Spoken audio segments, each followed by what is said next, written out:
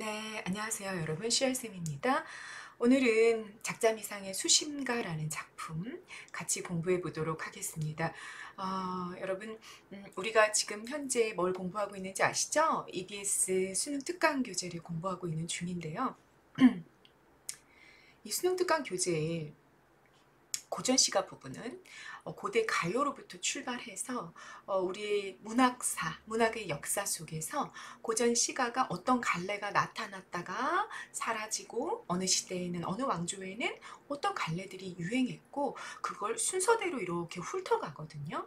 근데 그 뒷부분에 이르면 후반부 쪽에 이르면 항상 한 편 내지 두 편 정도 반드시 제시해주는 갈래가 또 하나 있어요. 그게 바로 뭐냐면 여러분 오늘 공부하고 갈 수심가가 속해 있는 갈래 민요입니다. 민요. 민요는 여러분 무슨 뜻인지 알고 계시죠? 민요. 무슨 뜻이에요? 민요. 민중의 노래라는 뜻이죠. 민간에서 불려졌던 노래를 민요라고 이야기하고 민요는 정말로 언제부터 시작되었는지 알 수 없을 정도로 아주 오랜 역사를 가지고 길게 이어져 내려왔던 갈래입니다. 그래서 이 갈래를 반드시 하나 내지 두 개 정도 수능 특강에서 제시해주고 우리를 공부하도록 그렇게 이끌어주고 있는데요. 그 민요의 특징을 잘 드러내고 있는 수신가라는 작품이 올해 수능 특강에 출제된 작품이 되겠습니다. 자, 그러면 여러분 우리가 민요가 뭔지 수신가 자체가 중요하다기보다는 더군다나 2022년 수능을 대비하는 여러분들 같은 경우는 이 연계율이 좀 떨어졌잖아요. 연계율이 떨어진 상태에서 수심가를 아주 세부적으로 뭐 해석을 완벽하게 해내고 그럴 필요까지는 없을 것 같아요. 원래 민요가 좀 그렇기도 하고 그렇지만 우리가 좀 민요라는 갈래를 매년 제시하고 있기 때문에 이게 어떤 특징을 갖고 있는지를 정리해 놓는 게 올해의 수능을 공부하는 학생들에게는 더군다나 굉장히 중요하고 의미 있는 일이 될 것 같습니다. 자, 수심가. 작품 제목을 보면 수가 이제 근심 숫자,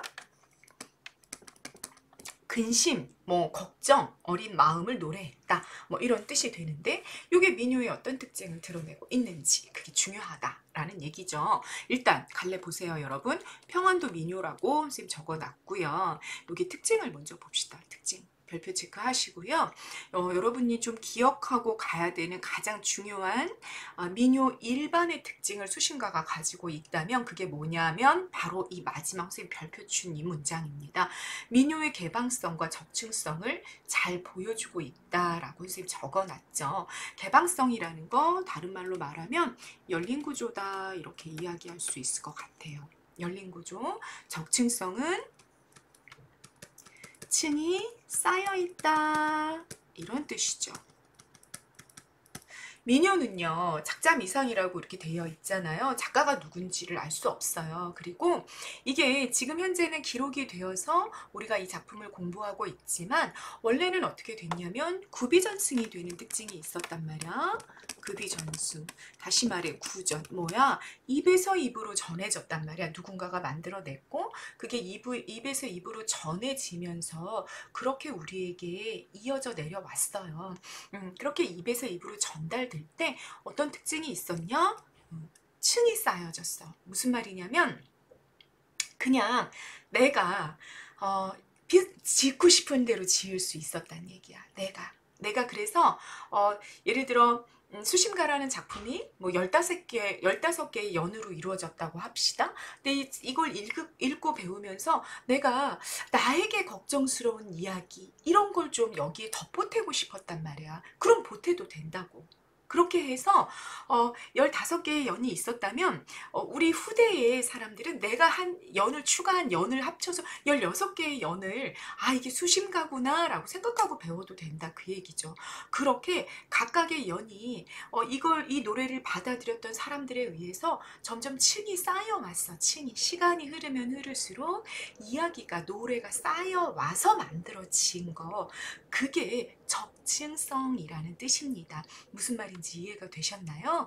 그러니까 연이 계속해서 쌓여질 수 있었던 그런 걸 우리가 적층성이라고 이야기하는데, 그 이유가 뭐다? 작가가 없었고 그리고 구비전승되는 공동문학이었기 때문이다, 그 얘기인 거죠. 민간에서 불려졌던 우리 공동체에 공동이 함께 지어서 불렀던 노래이기 때문에 거기에 연들이 계속 쌓여왔다.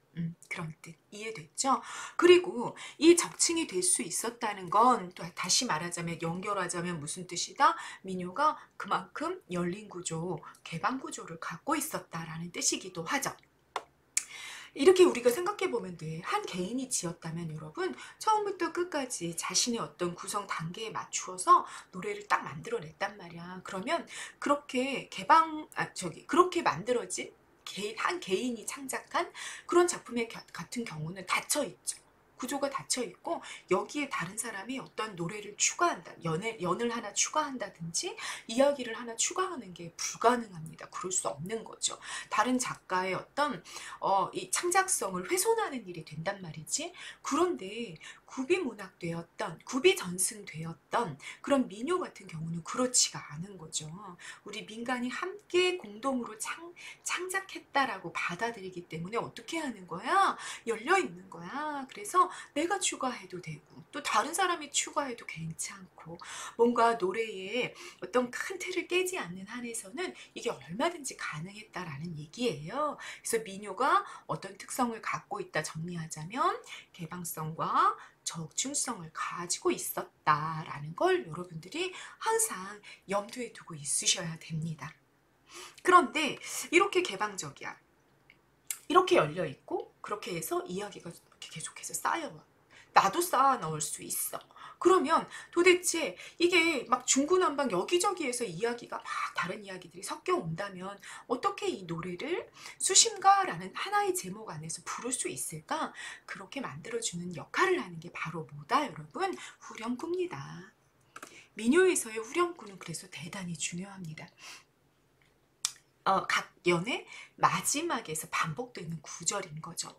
반복이 되는데 이게 반복되면서 여러분들 일단 확인하게 되실 테지만 변주해요. 살짝 바뀝니다. 살짝 바뀌어.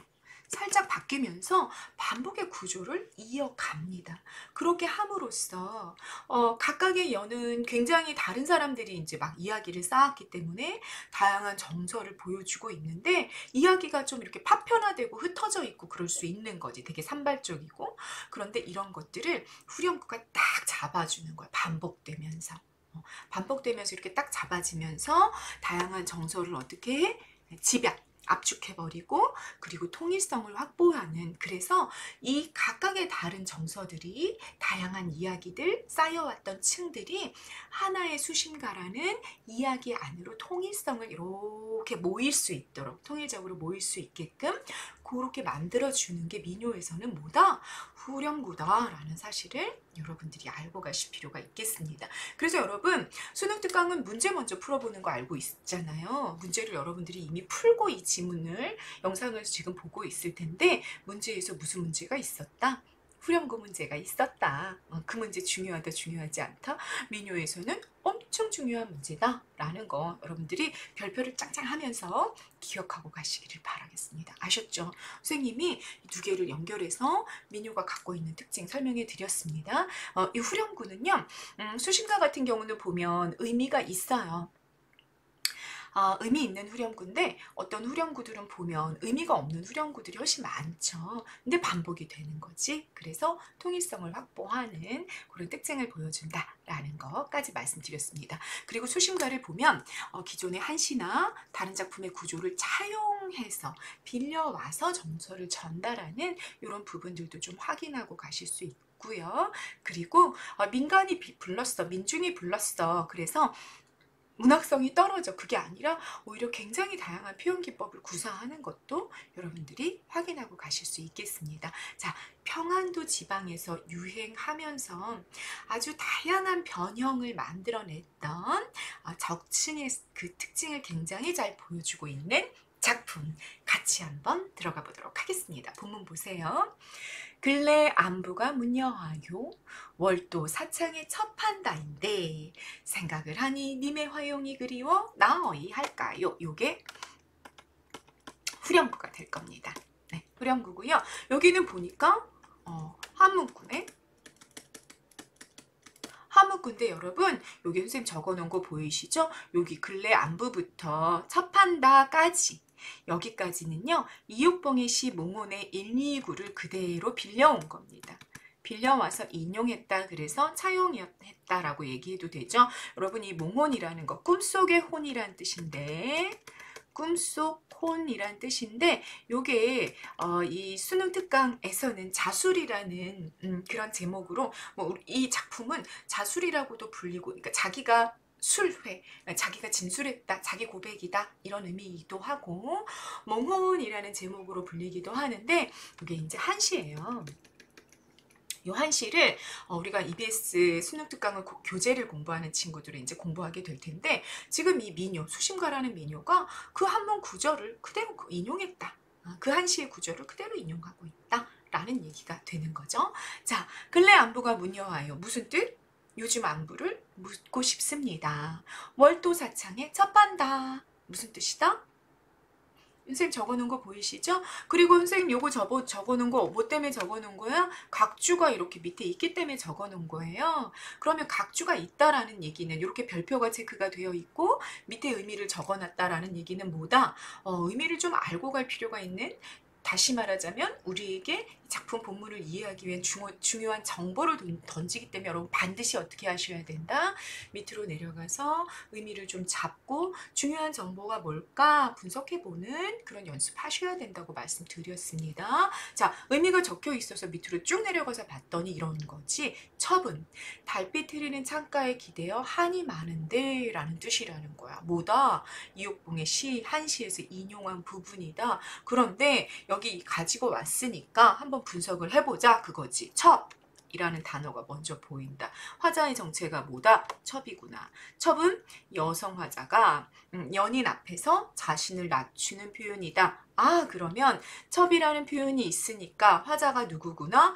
여성이구나 라는 걸 잡아라 라는 얘기가 되는 거죠. 그리고 여기 사창이라는 표현 요것도 별표 체크하고 자, 고전문학에서 사창 또는 옥창이라는 표현이 있으면요. 여러분 좀 알고 가실 필요가 있습니다. 옥창은 옥으로 만든 창이라는 뜻이고 사창의 상은 사자는 비단 사자야. 비단이 드리워진 창이라는 뜻이거든요. 그래서 사창이나 옥창은 여성 화자와 관련되어 있는 창입니다. 좀 알고 가세요. 됐죠? 그러면 첩은 월도, 달이 이르른 달이 비치는 그런 사창가에서 한이 많이 있는데 이렇게 해석이 된 거지. 그러면서 이 사창이라는 단어, 첩이라는 단어를 통해서 여성화자를 발견하게 됐고요. 그리고 자, 그 다음 넘어갑시다. 이 시간적 배경은 언제다? 달밤이구나 라는 거. 달밤. 그리고 공간적 배경은 어디다? 방안이구나 라는 거 이렇게 잡으시면 되고요. 1년에서는. 그리고 중심 정서는 뭐냐? 봤더니 왜 이렇게 한이 많으냐 생각을 하니 님의 화용이 님의 꽃다운 용모가 그리워 나 어이할까요? 정서 직접 노출 되면 어떻게 된다? 잡아라. 이게 뭐다? 중심 정서로 기능하게 될 거다라는 거 선생님이 문학 독해하면서 숱하게 말씀드렸습니다. 중심 정서와 관련된 구절 잡고요. 님을 향한 그리움, 상사의 정을 드러내고 있는 것이 1년이구나 라는 걸 여러분들이 알고 가시면 될 것 같습니다. 자, 님의 모습이 그리워 나 어찌할까요? 나 너무너무 님이 그리워서 못 살 것만 같은데 어떻게 하면 좋은가요? 정말로 한스럽습니다. 애상적인 분위기가 부각되고 있는 것도 확인할 수 있었습니다. 애상 무슨 뜻이다 여러분? 슬픔이라는 뜻이다. 혹시라도 몰랐던 사람이 있으면 알고 가십시오. 자, 이행에 사용된 표현법, 여기 말하는 거죠. 후렴구에 사용된 표현법을 한번 정리해 본다면 서리법을 사용했다라는 거. 나 어이할까요? 요게 의문형 종결어민데 여러분. 나 어떻게 할까요? 라고 물어봤는데 대답을 요구하는 거야? 대답을 원하는 게 아니죠. 나 정말 님이 그리워서 한스러워서 정말 죽을 것만 같이 슬퍼요. 막 이거를 너무 그리워요. 이 정서를 부각하기 위해서 사용된 서리법이라는 거 여러분 알고 가셔야 됩니다. 그래서 서리적 의문형 종결 어미를 통해 그리움과 한의 정서를 부각하고 있죠. 그렇기 때문에 서리법은 대답을 요구하는 질문이 아닌데 요 의문형 종결이 만들어내는 어조가 뭐다? 영탄적 어조다라는 건 별표를 3개 하시고 알고 가시면 되겠습니다. 자, 1년이었습니다. 그 다음 보십시다. 약사 몽언으로 행유적이면 자, 역시 의미 해석 나와 있습니다. 여러분 교재. 만약 나의 꿈속에 넋에 혼이 자취가 있다면 문전성노가 반성사로구나. 님의 집 앞 돌길이 닳아서 반쯤은 모래가 되었을 것이로구나. 역시 여기까지 이육봉의 한시에서 인용이 되었습니다. 일행에 사용된 표현기법 봅시다. 가정 어디 있다 여러분? 만약에 있다. 여기 약에 있는 거죠. 약. 가장하고요. 만약 나의 꿈속에 혼이 자취가 있다면 내가 왜 이렇게 사람이 잠이 들면 혼이 이렇게 일어나가지고 어딘가로 간다 그러잖아요. 그 혼이 자취를 남겨 흔적을 남긴다면 문전성노가 반성사 어떻게 됐다라는 거야? 내 혼이 어디를 찾아가? 항상 님의 집 앞으로 가는 거지. 뻔질나게 님 맨날 매일매일 잠만 낮잠 자도 가고 막 이러다 보니까 그 님의 집 앞에 돌길이 닳아서 모래가 됐을 거래. 아무렴 그렇게 무거웠을까? 그죠? 그렇게 무겁진 않았겠지. 그리고 그렇게 많이 갔을까? 수천 번, 수만 번 갔을 거다. 그런 얘기를 하는 거야. 그래서 이 돌이 사가서 모래가 될 정도로 내가 그렇게 많이 들락날락 내 혼이 그렇게 했을 거란 얘기잖아. 표현법 뭐야? 과장법 수였죠. 그죠? 그리고 로구나, 구나 뭐예요? 감탄형 종결어미. 그러면 감탄형 종결어미는 역시 뭘 만들어내겠어? 영탄적 어조를 만들어내겠죠. 됐죠? 그래서 일행에 이런 표현법들이 사용됐다라고 정리할 수 있는 거지. 가정 사용하고요. 과장법, 영탄법을 통해서 정서를 형상화해 놓고 있다. 그런데 이 작자미상의 이 민요는 이 1년과 2년을 어디에서 이옥봉의 한시에서 그대로 차용해서 그걸 빌려서 자기 정서를 이야기하고 있더라. 라고 이해하면 되는 거죠. 생각을 하니 님의 하영이 그리워 나의 어이할까요? 후렴구 반복된 거 확인하셨습니다. 됐죠? 자, 1, 2연은 후렴구 빼면 몽언을 그대로 차용했단 말이야. 그래서 뭘 알려주고 있구나. 아, 민요가 꼭 내가 짓거나 그러지 않아도 막 다른 데서 가져오기도 하고 뭐 그러기도 하는구나. 되게 열려있는 구조구나 라는 걸 그대로 1, 2연에서부터 알려주고 있었다라는 거 이해되셨죠? 여기까지 보면 이별한 님에 대한 그리움, 상사의 정을 드러내고 있는 게 주제였고요. 후렴구도 동일해가지고 굉장히 이어져 있다라는 느낌을 받으실 수 있었습니다. 됐죠? 그 다음 가십시다. 강산 불변 제봉춘 이요. 자, 요것도 밑에 의미가 나와 있어. 선생님 끌어왔어요. 강산은 변하지 않은데 봄은 다시 오고. 그러니까 강산은 변치 않고 봄이 다시 왔다 이 얘기인 거지. 님은 일거에 한번 갔어. 이거 갈 것자잖아. 한번 가고 무소식이로구나. 돌아오지 않는구나. 여러분 그러면 이렇게 끊는 순간 여러분한테 이거 무슨 표현법이 쓰였지? 느낌이 좀 오셔야 됩니다. 강산은 변하지 않아서 봄이 다시 왔어. 그러니까 이건 뭐야? 자연은 변해 안 변해? 자연은 불변해. 변하지 않지. 그런데 님은 나를 사랑했던 그 님은 어때? 가서 돌아오지 않아. 봄은 다시 왔는데 자연은 플러스 마이너스 플러스. 그런데 인간사는 어때?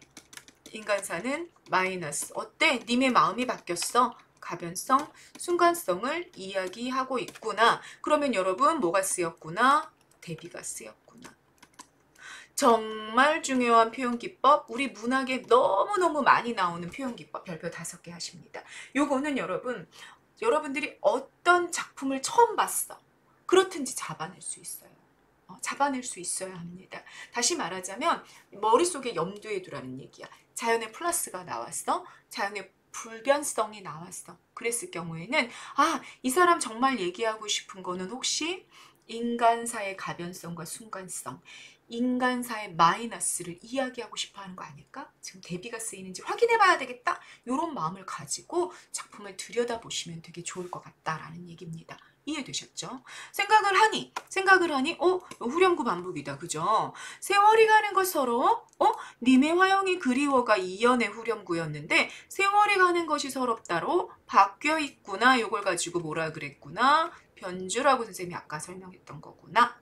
이해하실 겁니다. 나어이 할까요? 나어이 할까요? 반복된 거 후렴구 확인하셨습니다. 자, 3년입니다. 일행에 사용된 표현기법 선생님이 엄청 중요하다 말씀 이미 드렸습니다. 봄 어떤 기능을 하고 있어요? 님이 오지 않는 나의 현실을 부각하는 기능을 했죠. 봄은 와가지고 님이 안 오는 현실을 부각하는 그런 기능을 했다. 이해되셨죠? 구나 간탄형 종결어미로 영탄적 어조를 만들어낸다는 거 앞에서도 중요하다고 말씀드렸습니다. 후렴구 어떻게 됐다? 변주됐다라는 거 확인하셨고요. 지배 정서가 변화됩니다. 세월이 가는 것이 서럽대 여러분. 님이 오지 않는데 님이 오지 않는 상태에서 봄은 다시 왔잖아. 세월이 갔잖아. 그래서 너무 서럽다는 얘기를 하고 있어요. 그래서 중심 정서가 그리움도 있지만 뭐로 세월이 가는 것이 서럽다로 인간사의 허망함, 인생 무상의 정서로 살짝 변화하는 모습을 우리가 확인할 수 있었습니다. 세월은 헛되이 가버리는 거죠. 님이 오지 않는 상태에서. 그래서 인간사의 헛됨, 허망함, 덧없음이 부각되는 주제의 변주 일어났다. 라는 거 확인하셨습니다. 그 다음 가십니다. 그렇게 인생무상으로 정서가 바뀌고 나더니 사연에선 또 인생무상 얘기를 하네. 같이 볼까요? 인생 일장은 춘몽이 되고 세상 공명은 꿈밖이로구나. 차마 진정코 세월이 가는 것 서러워 나 어이 할까요? 자, 여기는 반복됐어. 3년을 반복했어. 그런데 차마 진정코는 요거는 변주네 또. 그죠? 이렇게 후렴구가 살짝 바뀌면서 반복해. 그러면서 공통된 다양한 이렇게 본문에 나타났던 다양한 정서 조금씩 산발적으로 흩어져가는 그런 내용들을 집약하고 통일하는 기능을 하고 있는 거 여러분이 계속 확인하면서 가실 수 있죠. 됐죠? 인생 일장은 춘몽이 되고 인생 무상 일장 춘몽 인생은 한바닥에 봄꿈이 되고 여러분 요거 인생무상이라는 거. 자, 여러분 굉장히 우리 문학에서는 중요한 정서 아닙니까? 언제 나타나죠? 우리가 인간사가 굉장히 순간적이구나. 가변적이구나. 정말 행복한 현재를 살아가고 있더라도 우리는 모두 어떤 존재구나, 죽는 존재구나, 변화하는 존재구나 라는 걸 느낄 때 우리는 뭐에 빠져 들어가게 마련이야? 참 헛되구나. 내가 집착하는 거, 내가 집착해서 뭔가를 소유했어. 그런데 그거 내가 언젠가 또 뺏길 거야. 그런 거 생각하면 더덥고 허망한 거지. 그걸 우리가 인생무상이라고 이야기하고 또 일장 춘몽이라고 이야기하는데 그 정서를 그대로 직설적으로 풀었죠. 인생의 한바닥, 봄꿈과 같고. 그런데 내 인생은 봄꿈이야, 한바탕에. 그런데 세상의 공명. 공명 뭐야? 출세죠, 출세. 입신, 양명. 뭔가 내가 부귀를 얻고 명예를 얻고 권력을 얻는 건 꿈밖이야. 내 인생이 꿈인데 그런데 그 공명은 어디에 있어? 꿈 밖에 있어. 내 거야 아니야? 내게 아니야. 이런 얘기를 하고 있는 거지. 됐죠? 참아 진정코 와 부사 여기 참아 진정코 이거 굉장히 강한 어조의 부사인 거 아시죠? 너무너무 막 이런 의미잖아. 참아 진정코 세월이 가는 것 서러워 나 어이 할까요? 이러면서 끝났어.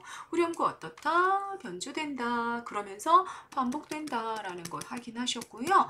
또 요거 인생 일장은 춘몽이 되고 세상 공명이었죠. 이런 한문투가 민요에 자꾸 등장하는 이유는 우리가 이 민요가 민간이 불렀던 노래인데 상춘 문화를 모방하고 싶어하는 욕구들이 민간에 있었어.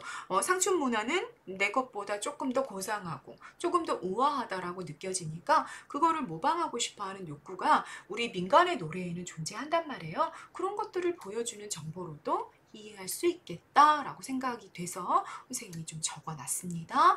그런 게 이제 이런 데도 다 계속 보이는 거죠. 그죠? 추야 공산 다저문 날에 모란 황국이 다 피었구나. 생각을 하니 세월 가는 것 덩달아. 여기는 또 세월 가는 것 서러워 이랬는데 요거를 덩달아 이렇게 바꿔놨네. 나 어이할까요? 반복하면서 살짝 모습을 바꿔가지고 재미있게 만들어 놓고 있는 것 같다. 그죠? 후렴구가. 추야 공산 가을 밤이네. 가을밤 공산 사람 없는 산중 다 저물어가는 날에 모란 국화가 다 피어 있구나. 추야 공산하는 순간 여러분 적막하고 쓸쓸한 분위기가 좀 느껴지죠. 가을에 이렇게 다 나뭇잎이 지고 있는 빈 산이 떠오르잖아. 그렇게 적막하고 쓸쓸한 분위기를 부각하는 상태에서 모라는 여러분 언제 피는 거예요? 좀 이상하죠. 그죠? 가을인데 지금 배경은. 그런데 봄꽃이야. 황국은 가을꽃이고요. 두 꽃이 동시에 피었다는 건 세월의 흐름이 그만큼 빠르다라는 의미로 우리가 좀 이해해야 되지 않을까라는 생각이 들게 되는 거죠. 가을밤 사람 없는 산 중에 모란도 피었다 졌고 국화도 피었다 지고 국화꽃은 지금 피고 뭐 이럴 수 있겠다. 가을밤이니까. 네, 세월이 아무튼 그렇게 봄과 가을이 막 교차하면서 산에 흘러가고 있고 거기 산에 사람은 한 사람도 안 보여. 적막하고 쓸쓸한 거죠. 그렇게 세월이 가는 것 덩달아 난 어이할까요? 세월이 가는 것을 허망하게 느끼고 있는 그 정서를 부각하고 있었다라는 얘기입니다. 3년에 나타난 후렴구가 변주되면서 인생무상의 그 안타까움의 정서가 사연에서 다시 부각됐다라고 정리하고 가시면 되겠죠. 됐죠? 그 다음 가십니다. 일락서산에 해 떨어지고 월출동령에 달 솟아온다. 생각을 하니 세월이 가는 것 아연하여 나 어이할까요? 역시 반복 변주 확인하셨고요. 변주된 걸 보면 여기 아연하여 정도가 좀 눈에 tin다. 아연하다라는 건 기가 막혀. 어이가 없어서 이렇게 말문이 막혀. 말을 못하고 있는 거 아연하다라고 이야기합니다. 어이가 없어 나 어찌할까요? 역시 주정서 뭐야? 세월이 가는 것이죠. 세월이 가는 것. 됐죠?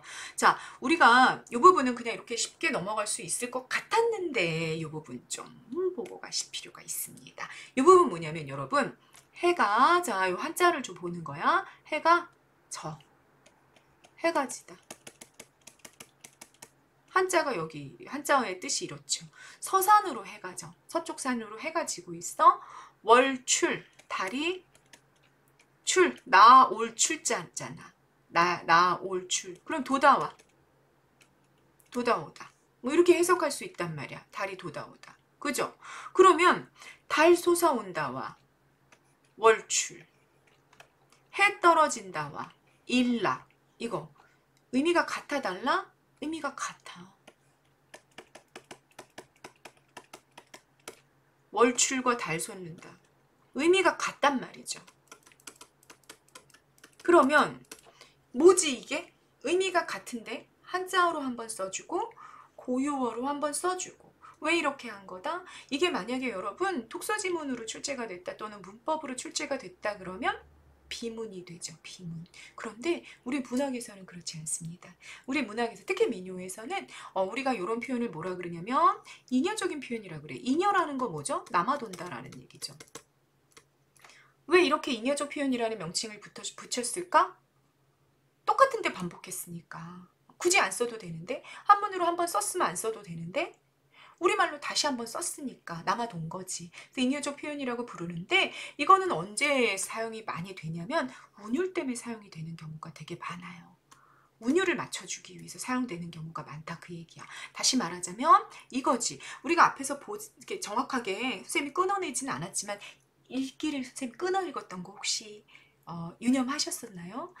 일기를 어떻게 끊어 읽었어, 선생님이? 예를 들자면 이거지. 인생 일장은 춘몽이 되고 세상 공명 꿈밖이로구나. 이렇게. 참아진정콩 세월이 가는 거 서러워 자, 여기는 지금 그렇게 많이 맞진 않는 것 같아. 후렴구 같은 경우는 참아진정콩 세월이 가는 것 서러워 나어이 할까요? 뭐 이렇게 끊어지지 않을까? 뭐 이런 생각이 드는데 어쨌거나 후렴구는 좀 안 맞다 하더라도 본문 보세요. 취하공산 다저문 날에 모란 왕국이 다 피었구나. 대충 뭐다 여러분. 본문을 보니까 사음보율이라는 거야. 사음보율. 우리가 민요를 보면 삼음보율로 이렇게 맞춰지고 있는 노래들이 있고 사음보율로 맞춰지고 있는 그런 노래들이 좀 있어요. 그러면 여기는 지금 보면 근래 안부가 문여하요 월도사창에 첩한다인데 뭐 이런 식으로 본문을 보면 약사몽언으로 행유적이면 문선정로가 반성사로구나 이런 식으로 음보가 몇 음보로 계속 끊어지고 있다. 사음보율로 끊어지고 있다라는 얘기입니다. 그러면 그렇게 놓고 보면 여기 일락서산 하고 의미는 다 나왔어. 회 떨어지고 안 써도 된단 말이야. 월출동령 달 솟아온다 안 써도 된다고. 그러면 사음보로 끊어 읽지 못하게 돼버리는 거지. 그래서 어떻게 해준 거예요?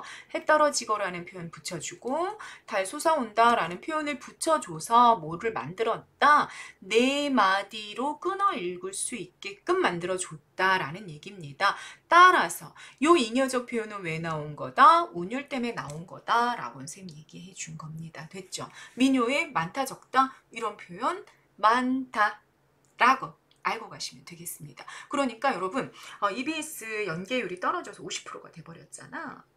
민요가 수신가가 안 나왔어. 그런데 다른 노래가 나올 수 있다는 거지. 그럼 다른 노래가 나왔을 때도 여러분 이런 잉여적 표현은 있겠다 없겠다? 충분히 있을 수 있다. 라고 염두에 두고 가시면 되겠다라는 얘기입니다. 이해되셨죠? 자, 논매기 노래를 비롯한 여러 민요에 등장하는 관습적 상투적 표현이기도 합니다. 얘는.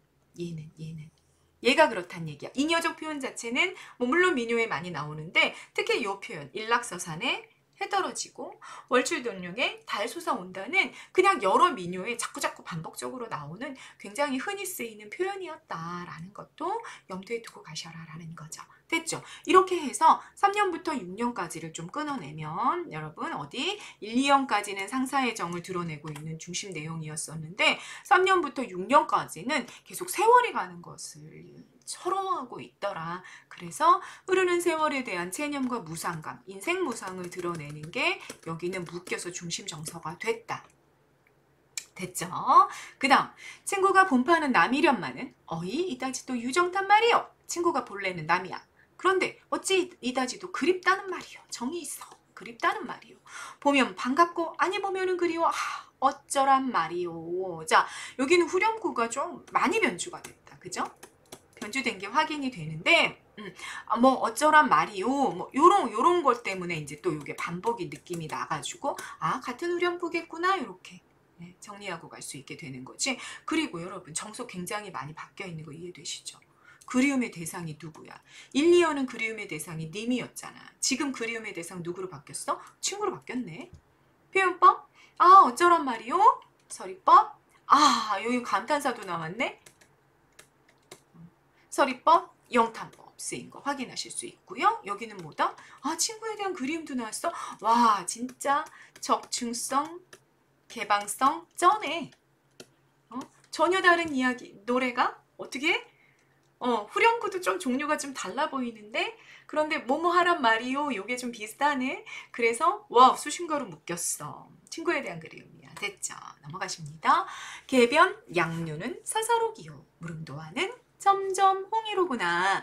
개변, 시냇가란 뜻이거든요. 시냇가의 양류, 버드나무란 뜻이고 사사로기요. 사사, 실사자인데 버들가지가 왜 이렇게 실처럼 가느다랗잖아. 그 가느다란 잎잎이 녹, 푸른 녹자야. 초록기요. 무릉의 도화는 무릉도원이라는 말 아시죠 여러분? 이 복숭아꽃 만발한 언덕은 점점 홍이로구나. 점점이 붉구나. 복숭아꽃이 쫙 피어가지고 그 작은 꽃잎에 자잘한 꽃잎들이 붉은색이란 말이지. 그게 이렇게 쫙 흩어져 있는 머릿속에 그림이 좀 그려지시면 되게 좋을 것 같습니다. 자, 우리 여기서 볼 거는 요거야. 초록이고 붉은이로구나. 뭐다? 색채 대비구나. 그리고 버드나무 가지에 푸른 잎이 막 돋아나고 이 복숭아 꽃에 빨간 꽃잎이 돋아나오는 계절 언제다? 봄이구나. 아름다운 풍광이 묘사되어 있구나 라는 거 잡을 수 있고요. 생각사사로 임의롭지 못하여 나오이할까요? 반복되면서 변주됐는데 임의롭지 못하되, 임의롭지 못하다라는 건 얽매이는 것이 없이 자유롭다가 임의롭다고, 그렇지 못한 거니까 내가 생각하면 할수록 뭔가 자유롭지 못해 마음이. 그래서 나 정말 어찌할까요? 내가 뭔가 묶였어. 어딘가에 마음이 묶여서 자유롭지 못하니 나 정말 괴로워요. 또 이렇게 얘기하고 있구나 라는 거지. 그러면 일행과 이행을 우리가 또 비교가 가능한 거야. 봄은 어땠어? 자연은 너무 아름다웠잖아? 그지? 막 생명력을 발산하고 있었어. 그런데 나는 어때? 구속, 억압. 뭔가 내 생각은 어딘가에 묶여 있어. 인간은 어때? 마이너스였어. 그래서 이 대비를 통해서 인간사의 비극성을 강화하는 그런 표현기법. 와, 우리 문학에 너무 많은 표현기법인데 여기서도 계속 나타나고 있네? 라고 확인하시면 되는 거죠. 일행과 이행의 관계, 되게 이질적인 관계다, 대비적인 관계다 라는 거 확인하셨습니다. 그 다음 보십니다. 난사로다, 난사로다, 난사 중에도 겸남사로구나. 이게 어지러울 난자잖아. 그래서 해석을 해보니까 어렵구나, 어렵구나, 어려운 일 중에도 어려운 일이 겹쳤구나. 아이고, 얼마나 힘들면 이렇게 어렵구나를 반복했을까. 운율 만들고 정서 강화하고 하는 반복이 쓰였네. 어느 때나 좋은 시절을 만나요. 잘 살아볼까요? 잘 살아볼까요? 잘 살 수 있어 없어? 좋은 시절이 아니야. 내가 태어나서부터 지금까지 살았는데 좋은 시절 만난 적이 없어. 어느 때나 좋은 시절 만나 잘 살아볼까요? 라는 한탄, 한스러움 이런 게 느껴지시죠, 여러분? 네, 일행에 나타난 반복구조, AAB의 반복구조인 거 보이십니까? 난사로다, 난사로다, 난사 중에도 난사로구나. 네, 이렇게 AAB가 정확하게 나오진 않았지만 AABA 구조가 비슷하게 반복 구조로 나타났다라는 거 확인하실 수 있을 겁니다. 중심 정서 굉장히 좌절감 느껴지는 거 아시죠? 어느 때나 좋은 시절을 만나 잘 살아볼까? 내가 여태까지 좋은 시절을 못 만났어? 이러고 있네. 절망감의 정서. 우리 민중이 갖고 있었던 참 고단한 삶의 일상이 어땠었나 이런 거 좀 추측하게 해주는 연이었다라는 느낌 드시죠? 그 다음 청포로 일상만리선 하니 동종여천이 파시추로구나. 청포로 요 의미 나와 있으니까 보십니다. 청포를 입고 만리를 가는 배에 올랐어. 먼 길을 떠나는 거야. 동정호에 이르니 물빛이 하늘과 같아 물결이 가을을 알리는구나. 자, 중국 시인의 시에서 인용한 부분이다 라고 나와 있습니다. 생각 사사로 마음 뜻대로 못하여 어이사들한 말이요. 역시 반복되면서 변주되는 후렴구의 모습 확인하셨고요. 여기 이 시 인용됐고 만리를 가는 배에 올랐는데 여러분 물빛이 하늘빛과 같았대. 이거는 뭐야? 이거는 자연의 뭐야? 역시 플러스. 그런데 바로 이어지는 후렴구 인간의 마이너스 얘기 또 했구나. 아이고 이런 거 자꾸 나타나는구나. 확인하시면 되는 거고요. 이 서도의 시에서는 인용이 됐는데 이 인용의 내용도 보면 정말 뜬금없는 거지. 그치? 앞에 내용이랑 연결이 되는 것도 아니고 뭐 그렇잖아요. 남의 시에서 가지고 왔고 뭐 이런 것들 보면 부분과 부분이 대단히 독자적이고 독립적으로 좀 돌아가고 있구나. 유기적이고 인과적인 연결이 아니구나라는 거 여러분 민요의 특징으로서 또 잡고 가실 수가 있겠다라는 얘기입니다. 자, 민요가 열린 구조였어. 개방 구조였잖아요. 그래서 어떻게 됐다? 이야기가 자꾸 이렇게 침입해 들어와서 서로 다른 이야기가 섞일 수 있었다. 그러다 보니까 부분과 부분이 인과적이고 유기적으로 연결이 되기보다는 각각의 연이 독자적으로 있는 경우들이 굉장히 많구나라는 얘기까지 선생님 정리해 드린 겁니다. 이해가 되셨죠, 여러분? 일행과 이행의 관계, 태조다 대비다 라는 거 알고 계시죠? 가을이 온 자연이 참 아름다운데 내 인생은 또 뜻대로 내 뜻대로 안 돼. 이렇게 얘기하는 것으로 이해할 수 있겠다. 그래서 8년에서 10년까지를 묶는 거야. 8년에서 10년까지를 딱 묶어봤더니 마음대로 되지 않는 신세에 대한 한탄이 나오고 있었구나. 생각이 묶여있고 좋은 시절도 없고 생각이 내 마음 뜻대로 안 되고 그래서 신세의 한탄을 하고 있었구나 라고 또 이렇게 좀 묶어볼 수 있겠다라는 얘기가 되는 거죠. 됐죠? 그 다음 것입니다. 산천의 초목은 젊어만 가고 인간의 청춘은 늙어만 가누나. 대비 또 나왔다. 일행에 사용된 표현법. 자연은 플러스, 인간은 늙어만 가 마이너스. 대비해서 인간사의 비극성을 부각했다. 이때는 특히 무엇을 부각한 거다? 탈로, 늙음을 한탄하고 있구나.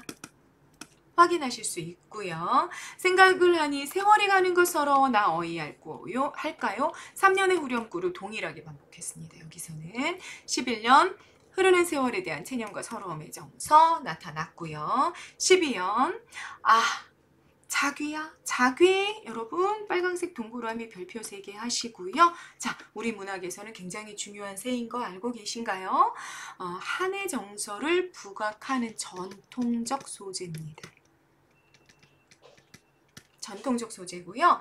전체 분위기 보셔야 됩니다. 물론 전체 분위기 보셔야 되는데 전체 분위기가 마이너스일 경우 전체 분위기 확인 들어가셔야 돼요. 전체 분위기가 마이너스일 경우에 주로 사용이 되는데 한 80% 이렇게 80% 정도 자귀라는 새가 나왔다 라면 전체 분위기가 80% 정도는 마이너스일 확률이 높은데 그럴 때 이 새는 무슨 기능을 한다? 한의 정서를 부각한다. 이렇게 머릿속에 공식으로 기억해 놓고 가십니다. 이 자귀라는 새가 자 우리 문학작품 안에서는 여러 이름으로 연결이 되어 있다. 여러 이름으로 불려지는데 여기 암기하십니다. 여러분 소적, 두견, 접동, 불려귀, 다시 돌아가지 못한다라는 뜻, 망제혼, 죽은 황제의 혼, 귀촉도, 총나라로 돌아가는 길 모두 중국의 고사랑 좀 연결이 되어 있는데요. 황제가 총나라의 황제가 쫓겨나가지고 타지를 전전하다가 거기서 죽었단 말이지 고향으로 돌아가지 못했어. 불려귀. 귀족도 총나라로 돌아가는 길 그걸 가고 싶었는데 못 가는 거야. 그래서 뭐가 됐다? 이 죽은 황제가 망제가 혼이 되어서 새가 되어서 새의 자기 혼을 이렇게 입혀가지고 총나라로 돌아가는 그런 이야기와 연결이 되어 있는 게 불려귀, 망제의 혼, 귀족도야. 그러면 여러분 한의 정서를 부각한다는 느낌이 오시죠. 소적, 두견, 접동 이런 새들도 보면은 전설들이 있는데 다들 그렇게 좀 많이 슬프고 그런 한의 정서와 연결되어 있는 이야기들이거든요. 그래서 요 새들을 묶어가지고 이해하세요. 묶어가지고 좀 머릿속에 좀 집어넣고 가세요. 그래서 선생님 얘기했어요. 전체 분위기가 플러스인지 마이너스인지 확인하시고 마이너스일 경우에는 한의 정서를 드러내는 객관적 상관물이구나 이렇게 잡으시면 됩니다. 그럼 선생님 나머지 20%는 뭔가요? 전체 분위기가 가끔씩 플러스일 때 쓰이는 경우도 있어 이 새들이. 그러면 그때는 그냥 옛날부터 지금까지 쓰이거든요. 전통적, 토속적, 향토적 분위기를 만들어내는 소재로 이해하고 가시면 됩니다. 아셨죠? 선생님 지금 중요한 얘기 했어요. 별표 체크하고 기억하고 가십니다. 자, 자규야 울지를 마라. 울 것 같으면 너 혼자 울 거지. 여간 한등 잠드는 날까지 왜 깨운단 말인가. 또 이렇게 얘기했네. 여관 한 등, 여관의 차가운 등불 아래 잠든 나까지 왜 깨운단 말인가. 이렇게 말했어. 자, 자귀야, 호격조사다. 자귀한테 이름을 불렀네. 그러면 자귀는 뭐가 된다? 인격화된 청자가 된다. 마치 사람인 것처럼 이름을 불렀으니까. 이해되셨죠? 그리고 인격화된 청자가 나타났으니까 이 부분은 뭐가 된다? 말 건네는 어조가 만들어진 부분이 되겠다. 라는 것. 이해되셨죠? 문학의 공식이잖아. 호격조사를 써서 누군가를 불렀어. 그럼 걔는 뭐가 된다? 청자가 된다. 청자가 나타났다. 그러면 그때 어조는 뭐가 된다? 말 건네는 어조가 된다. 라는 거. 여러분 알고 계실 겁니다. 자기야, 울지를 마라. 사용된 표현법 여러분 뭐라고 볼 수 있을까요? 감정이입법이라고 볼 수 있을 거야. 왜? 사실은 자기가 우는 거야? 아니야. 자기는 그냥 소리를 내는 거야. 왜? 먹이를 찾거나 아니면 짝을 구하거나 아무튼 그래서 소리를 내고 있는 중이야. 근데 그거를 뭐로 인식한 거야? 울음으로 인식한 거야. 왜? 여관 한 등에 잠들었다라고 얘기하지만 사실은 내가 슬픈 거지. 내가 슬프고 내가 울고 있는 거지. 그래서 자귀의 소리가 울음소리로 내가 느껴진 거죠. 그래서 여긴 감정이입으로 보셔야 됩니다. 이해되십니까? 네. 여관 한 등은 당나라 시인 고족의 시에서도 인용한 부분이라고 합니다. 자, 12연은 그래서 뭐다? 밤에 느끼는 슬픔에 대해서 이야기하고요. 그리고 이걸 슬픔을 이야기하는데 야 자귀야 울지 마라. 너 왜 나를 깨워? 자귀를 원망하는 듯한 어조까지 또 같이 드러내줬습니다. 슬픔의 정서도 있고 원망의 정서도 있구나 라는 거 여러분들이 잡고 가시면 되겠습니다. 그 다음 가십니다. 무심한 기차야. 또 기차를 불렀네? 사람처럼 인격화된 청자가 바뀌었다. 무심한 기차로. 그죠? 여기 무심은 어떤 의미일까요, 여러분? 어떤 의미로 해석하는 게 좋을까? 한번 보세요. 소리 말고 가거라. 아니 나던 님 생각 절로 나누나. 그러면 여러분 보세요. 기차는 무심하잖아. 무심. 마음이 없어. 어떤 마음이 없는지 여러분 생각해 보세요. 소리 말고 좀 가. 아니 나던 님 생각이 절로 나. 난 님 생각 안 하고 있었는데 네가 소리를 내는 순간 난 님이 생각났단 말이지 라고 얘기하고 있는 중이잖아. 그러면 여러분 여기 무심은 뭐가 되는 거야? 무심의 의미 기억나세요? 여러분 첫 번째 뭐가 있어요? 욕심이 없다가 있고 두 번째 아무 생각이 없다가 있고 세 번째, 생명이 없다가 있고 네 번째, 사악한 마음이 없다가 있단 말이야. 이 네 가지를 암기하라고 말씀을 드렸습니다. 기억해 놓고요. 나올 때, 고전시가에서 나올 때마다 맥락을 보면서 무슨 의미인지 생각을 해보셔야 되는 거거든요. 여기는 그럼 뭘까? 여러분, 욕심이 없는 기차랄까요? 그럴 수 있을까? 생명이 없는 기차라고 얘기할까요? 그럴 수 없죠. 뭐가 맞겠어요, 여러분? 생각이 없다가 맞겠다, 그지? 나는 생각이 물씬물씬 나게 만들었어. 뭐가? 생각 없는 기차가. 이렇게 연결이 된 거죠.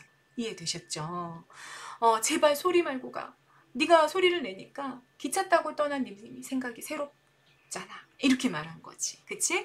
청춘 홍하늘. 홍하는요? 불그레한 얼굴이라고 직역이 되는데 젊은 여자의 대육 표현입니다. 부분으로 전체를 빗대어서 표현하는 게 대육법인 거 여러분 알고 계시죠? 발그레한 혈색이 아주 건강한 그런 젊은 여인을 대표하는 붉은 얼굴로 그런 표현이 된다라는 얘기죠. 청춘 홍하늘 애연타 말고 젊은 여인을 슬프다 말고 마음대로 노잔다. 슬픔에서 뭐로 확 정서가 훅 바뀐다. 마음대로 놀잔다. 야 좀 놀자. 뭐 이렇게 얘기하는 것으로 또 뭐가 바뀌어 있구나라는 거 알 수 있고요. 자, 이 민요가 불려지던 시기가 19세기라는 거 알려주는 단어가 뭐다? 기차다. 조선시대였으면 기차 있다 없다? 기차 없다. 그러면 뭔가 근대화가 시작되고 있는 시기에 이 민요가 불렸구나라는 19세기에 불렸구나라는 걸 우리가 기차라는 단어를 통해서 알 수 있죠. 또는 이 연이 19세기쯤에 이렇게 쏙 안으로 들어왔구나 라는 정보가 되기도 하겠다. 기차라는 단어 때문에. 그죠? 그 다음 인격화된 청자, 아무 생각이 없다, 무심의 의미 다 정리했고요. 기자는 어떤 기능을 하고 있어요? 화자의 그리움, 님을 향한 그리움을 심화하는 객관적 상관물이 되는 거죠. 우리 객관적 상관물 개념 뭐야 여러분? 화자의 정서를 강화하는 외부 대상을 다 뭐라 그래? 객관적 상관물이라고 얘기하잖아. 그죠? 그럼 기차가 객관적 상관물로 기능할 수 있겠다. 이해되셨죠? 왜 놀자? 님을 향한 절절한 마음을 잊기 위한 수단. 다시 말해 놀이를 통해서 근심을 좀 풀어버리고 싶어하고 있구나 라는 거 우리가 이해할 수 있겠습니다. 그래서 13년은요. 님에 대한 그리움과 슬픔을 드러내면서 그걸 잊고 싶어서 놀자 라고 이야기하는 것까지 확인하실 수 있었습니다. 자, 뭐였다? 수심가라는 미녀였다라는 얘기고요. 후렴구에 별표 5개. 개념과 기능 정리해놓고 가셔야 되겠죠? 사설은 이야기, 노래, 이렇게 본문 내용 이라고 이해하시면 되겠죠? 각형 끝부분에서 반복적으로 나타날 때 우리가 그 구절을 뭐라고 한다? 후렴구라고 한다. 형식상 어떤 기능을 하느냐? 반복해서 운율을 만들고 또 1년 후렴구, 2년 후렴구에서 뭐 한다? 연을 나누는, 절을 나누는, 장을 나누는 다 똑같은 말인 거 아시죠?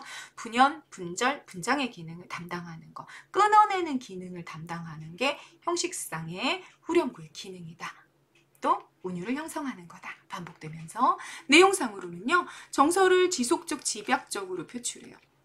생각을 하니 서러워 나어이 할까요? 그리워 나어이 할까요? 뭐 이렇게 정서를 굉장히 계속해서 집약적으로 표현을 해주고 있었고요. 요게 중요했었다. 그 사설부 본문에서 다양하게 전개되는 상황과 정서를 유기적으로 통합시켜주는 거지. 그래서 마치 전혀 다른 다양한 정서들이 있었는데 이게 한 노래인 것처럼 묶어주는 기능을 담당하고 있었다. 다른 말로 하면 각 연의 내용상 느슨한 연결에 일관성과 통일성을 부여하는 기능을 뭐가 하고 있더라?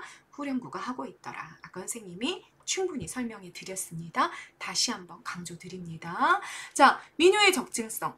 뭐라 그랬어요? 적증성은 뭔가 새로운 게 자꾸자꾸 첨가되면서 쌓여오는 특징이라고 얘기했죠. 이걸 보면 수신과 같은 경우 기존 시에서 차용하는 것도 있었고 또 한문투, 이 상층의 문화, 지배계층, 양반계층이 사용하던 한문투가 막 들어오는 것도 있었고 또 상투적 표현, 다른 민요에서 사용하고 있는 상투적인 표현이 여기에 뜬금없이 들어오는 경우도 있었다. 그래서 이런 세 가지의 것들이 모두 다 뭘 보여주고 있다? 민요가 다른 곳에서 이렇게 가지고 와서 쑥 삽입이 되면서 이야기가 쌓여오는 그런 특징도 잘 보여주고 있다라는 얘기죠. 됐죠? 이런 걸 통해서 오랜 세월에 걸쳐 평양을 중심으로, 평안도 지방이었으니까 평양을 중심으로 노래가 굉장히 유행했구나. 그래서 시기별로, 시대별로 막 여기저기에서 막 차용이 돼가지고 막 묶였구나, 수심가로 라는 거 알 수 있어. 여러 명의 창자들이, 창자, 노래하는 사람이란 뜻이잖아. 노래하는 과정에서 다른 작품들이 차용되기도 하고 한문문구가 삽입되고 그러면서 재구성되고 변형되는 그런 과정을 거쳤겠구나라는 거 얼마든지 추정할 수 있어. 우리가 이걸 뭐라 그런다? 개방성이라고 이야기한다 말씀드렸습니다. 그래서 민요의 적증성과 개방성을 엿볼 수 있는 자료가 이런 것들이 되겠다라는 것까지 여러분 수심가라는 작품을 통해서 여러분 본문 내용은 뭐 그렇게 어렵지도 않고 많이 중요하지 않아. 다양한 정서들이 혼합되어 있는 민요의 특징이 어떻게 드러나 있는지 민요라는 게 일반적으로 어떤 성격을 가지고 있는지를 수심가를 통해서 정리하시면 되겠습니다. 됐죠? 네, 이번 영상은 여기까지 찍겠습니다. 감사합니다.